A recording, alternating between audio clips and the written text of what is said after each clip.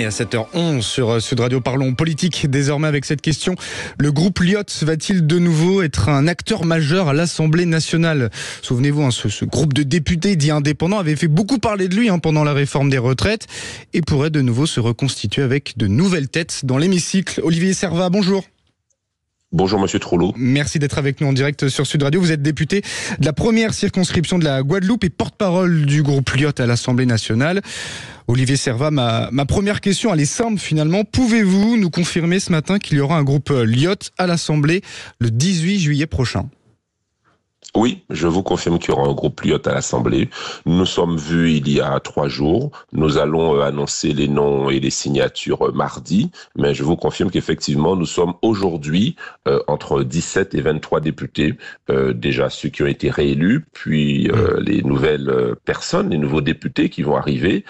Parce qu'effectivement, ce groupe doit continuer à exister parce qu'il est central et nous entendons bien, notamment dans cette situation particulière, continuer à occuper une place centrale au sein de l'hémicycle. Donc vous le disiez, entre 17 et 23 députés, ça n'a peut-être pas été simple, je vous pose la question en tout cas, puisque vous avez été que 14 réélus sur les 22. Vous avez notamment perdu, si je puis me permettre cette expression, Bertrand Pancher, qui n'a pas été réélu de justesse. Ça a été le cas aussi de plusieurs autres élus. Certains ont rejoint le nouveau Front populaire. Est-ce que le groupe Lyotte finalement a failli disparaître pour cette nouvelle législature, Olivier Servat ? Non, nous n'avons jamais pensé ça. C'est vrai que nous regrettons la perte de maillons forts, tels que Bertrand Pancher, Benjamin Sainte-Huile notamment. Mais vous savez, c'est ainsi, c'est la vie démocratique qui le veut. Mais aujourd'hui, nous avons un socle fort, puisque vous l'avez dit vous-même, nous avons 14 députés sur 22 qui ont été réélus.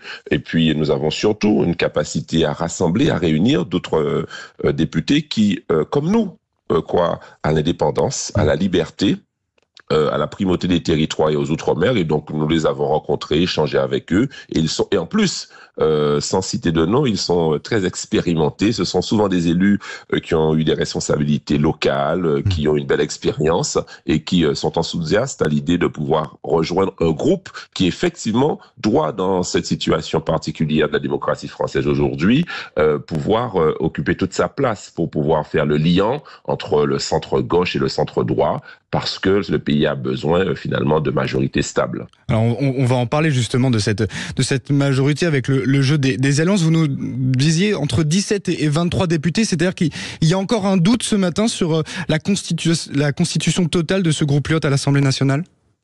Oui, vous savez, aujourd'hui à l'Assemblée nationale, tout le monde parle à tout le monde et chaque député compte, vous savez. Et donc, il faut être prudent, ne pas annoncer des noms de façon intempestive, mais les contacts, les confirmations orales que nous avons eues vont se concrétiser mardi. Et donc, nous serons en mesure mardi, lors d'une conférence de presse à l'issue de notre réunion de groupe, de pouvoir vous annoncer les noms, le nombre et les députés de toutes origines, je dirais, territoriales qui vont rejoindre le groupe Lyotte. Tout à fait. Mais comme aujourd'hui, il y a des discussions évidemment importantes, donc il faut rester prudent. On va suivre ça, en tout cas évidemment très attentivement. Alors parlons plus politique, j'allais dire avec vous, Olivier Servat, la place de votre groupe à l'Assemblée nationale. J'allais même parler de ligne de conduite. On se souvient que vous avez été largement opposé au gouvernement Borne pendant notamment la réforme des retraites. Je le rappelle, vous avez même failli faire voter une motion de censure. Ça s'était joué à 9 voix près. Est-ce que vous allez être dans l'opposition, quelle que soit la couleur du prochain Premier ministre, Olivier Servat, du côté de Lyotte? Ah non, pas du tout. Nous étions dans l'opposition construction au gouvernement macroniste. Aujourd'hui, il n'existera plus ce gouvernement macroniste puisque les Français l'ont voulu autrement. Aujourd'hui, il y a 3 blocs qui existent, le bloc de gauche, le bloc central et le bloc du Rassemblement national.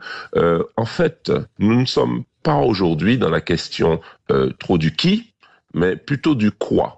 Et effectivement, nous entendons participer à une majorité parlementaire et une majorité gouvernementale pour faire avancer ce pays sur un certain nombre de sujets importants. Vous voyez, donc, une fois que nous tombons d'accord avec ceux et celles qui seront prêts à voter majoritairement dans l'hémicycle et à gouverner ce pays majoritairement, par exemple, sur une conférence sociale, parce qu'on ne peut plus ignorer et enjamber les corps intermédiaires et les syndicats, comme a fait ce gouvernement macroniste depuis trop longtemps. Une fois que nous sommes d'accord sur reconfigurer la réforme des retraites, une fois que nous serons d'accord sur une décentralisation importante, nous sommes profondément girondins, nous, libertés, indépendants, outre-mer, territoires. Nous croyons à ce que les territoires doivent pouvoir s'exprimer et avoir leur spécificité et pourquoi pas tenir compte de particularités. Nous tenons aux outre-mer. Les outre-mer, la France où le soleil ne se couche jamais, les outre-mer font la grandeur de la France. La France ne serait pas la France si elle n'avait pas ses outre-mer en termes de biodiversité, de capacité à lancer des fusées Ariane, de capacité finalement à rayonner de façon géopolitique. Donc,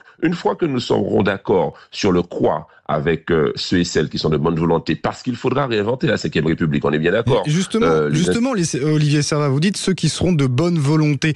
Alors, on attend toujours un nom du côté de la gauche, de côté notamment de LFI ou du PS, on verra ce qu'il en sera.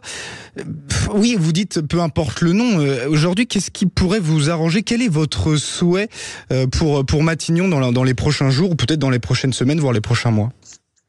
Nous croyons que la vérité se trouve au centre, très clairement. Le pays a besoin d'apaisement, le pays a besoin de sérénité et le pays a besoin de perspectives claires et surtout de capacité au Parlement et au gouvernement à pouvoir avoir une majorité. Est-ce que du coup, vous serez prêt à, par exemple, voter une motion de censure si un Premier ministre de gauche est nommé par Emmanuel Macron? Alors, nous ne sommes pas aujourd'hui dans l'injonction. Nous ne sommes pas dans les menaces, nous sommes plutôt dans la construction. Alors oui, effectivement, il faut que le bloc de gauche, effectivement, puisse proposer un nom. Ce serait une montre, il ferait montre de la capacité entre eux à s'entendre. Ça, c'est une première démarche importante, je crois. Et vous serez prêt à travailler avec eux dans l'idée d'une grande coalition? Bien sûr, bien sûr. Nous, vous savez, il y a 577 députés, ils sont toutes et tous légitimes. Parce qu'ils ont été élus par le peuple sur leur circonscription. Donc on ne va pas commencer à dire je ne veux pas travailler avec un tel.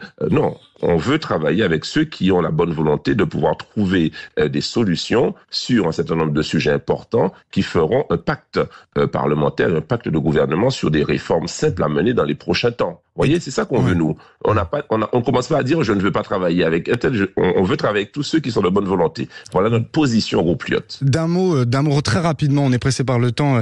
Olivier Serva, j'imagine que vous avez lu la lettre d'Emmanuel Macron. Quelle a été votre réaction? Est-ce qu'il a eu raison de s'adresser aux Français de cette sorte alors que le chef de l'État s'est envolé hier pour Washington?